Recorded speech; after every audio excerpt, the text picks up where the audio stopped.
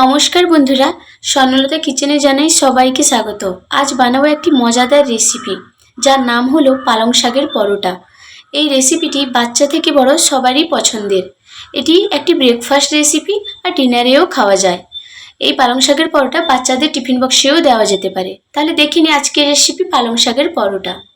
আমি এখানে নিয়ে নিয়েছি 11টি পালং শাক। ভালো করে ধুয়ে নিয়েছি পালং শাককে। এখন আমি পালং শাককে কেটে নেব। আমি শাকটাকে কুচি কুচি করে কেটে নিচ্ছি।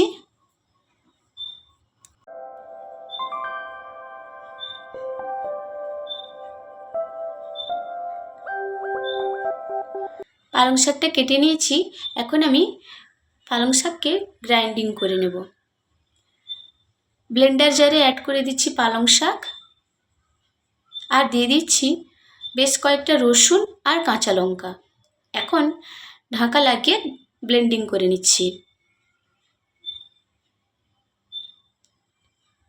ব্লেন্ডিং করে নিয়েছি। চলুন এখন মাখিয়ে নিই আটা। নিয়ে নিয়েছি 5-6 কাপ আটা, পরিমাণ মতো লবণ, দিয়ে দিচ্ছি ধনে গুঁড়ো, সামান্য লঙ্কার গুঁড়ো, অ্যাড করছি জোয়ান আর জিরে, আর সামান্য হলুদ গুঁড়ো। এখন ময়ামের জন্য দিয়ে দিচ্ছি সাদা তেল,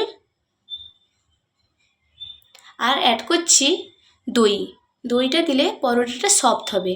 আর যেটা মেন ইনগ্রিডিয়েন্টস সেটা হলো পালং শাকের পেস্ট, আমি অ্যাড করে দিচ্ছি। এই আটার ডোটে বানাতে কোনো জল ইউজ করা যাবে না। দই আর পালং শাকের যে জলটা থাকছে সেটাই দিয়েই এই ডোটা তৈরি হয়ে যাবে। এখন আমি সেই পালং শাকের পিউরিগুলো অ্যাড করে করে আমি ডোটা বানিয়ে নিচ্ছি। তৈরি হয়ে গেছে ডো, বেশ সফট ডো তৈরি হয়ে গেছে। এখন আমি ডোটাকে কেটে নেব। ছোট ছোট করে লেচির আকারে আমি ছুরির সাহায্যে কেটে নিচ্ছি। গুঁড়ো আটা দিয়ে আমি সার্কেল করে বেলে নিচ্ছি। তারপর অ্যাড করে দেবো একটু সাদা তেল। তেল দিয়ে আমি ট্রায়াঙ্গেল শেপ করে পরোটাগুলো বেলে নেব। আবারও দিয়ে দিলাম গুঁড়ো আটা। আর এখন আমি ট্রায়াঙ্গেল শেপ করে বেলে নিচ্ছি। একে একে আমি পরোটাগুলো বেলে নিচ্ছি। সেম প্রসেসে আবারও দিয়ে দিচ্ছি ভিতরে একটু অয়েল।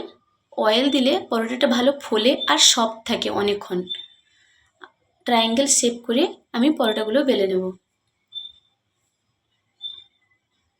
বেশ সুন্দর লাগছে গ্রিন কালারের পরোটাগুলো দেখতে। এই পরোটা দেখতে যতটা সুন্দর, খেতেও ততটা মজাদার। আর পালং শাকে থাকছে ভরপুর প্রোটিন, যা আমাদের শরীরের পক্ষে খুব বেনিফিট। বাচ্চারা তো পালং শাক খেতে ভালোবাসে না, তাই আমরা যদি এইভাবে পালং শাকের পিউরি করে তাদের পরোটা বানিয়ে খাওয়াই, তারা খুব মজা করে এই পরোটাগুলো খায়। যেহেতু গ্রিন কালারের দেখতে হয়ে যায়, তারা কালারফুল পরোটা ভেবে খুব মজা করে খেতে ভালোবাসে। আর বড়রাও তো পছন্দ করে খেতে খুবই। এখন আমি ঘি দিয়ে পরোটাগুলো ভালো করে এপিট ওপিট করে সেঁকে নিচ্ছি।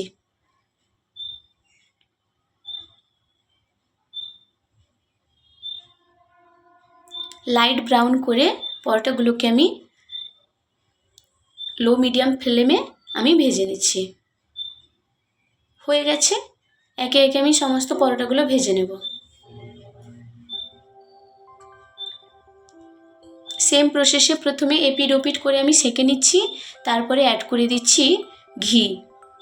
আপনারা চাইলে বাটার দিয়েও করতে পারেন।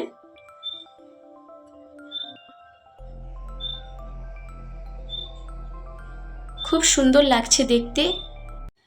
পালং শাকে থাকছে ভরপুর পরিমাণে আয়রন, যা আমাদের শরীরের রক্তাল্পতা থেকে দূর করে।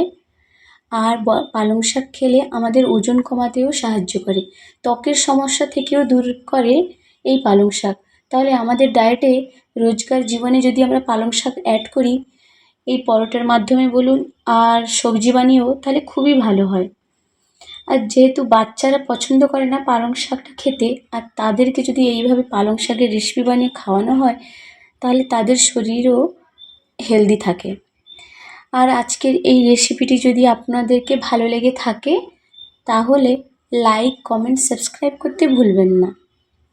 আর আমি বানিয়ে নিলাম আজকের রেসিপি পালং শাকের পরোটা। গরম গরম সার্ভ করুন দইয়ের সঙ্গে অথবা কেচাপ বা আলুর তরকারির সঙ্গেও সার্ভ করতে পারেন।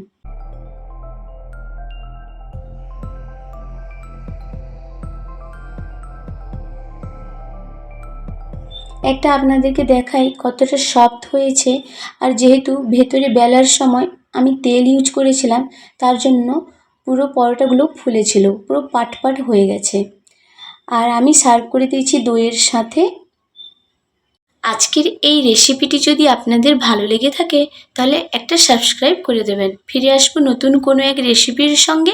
ততক্ষণে সবাই ভালো থাকুন, সুস্থ থাকুন। Thanks for watching my video.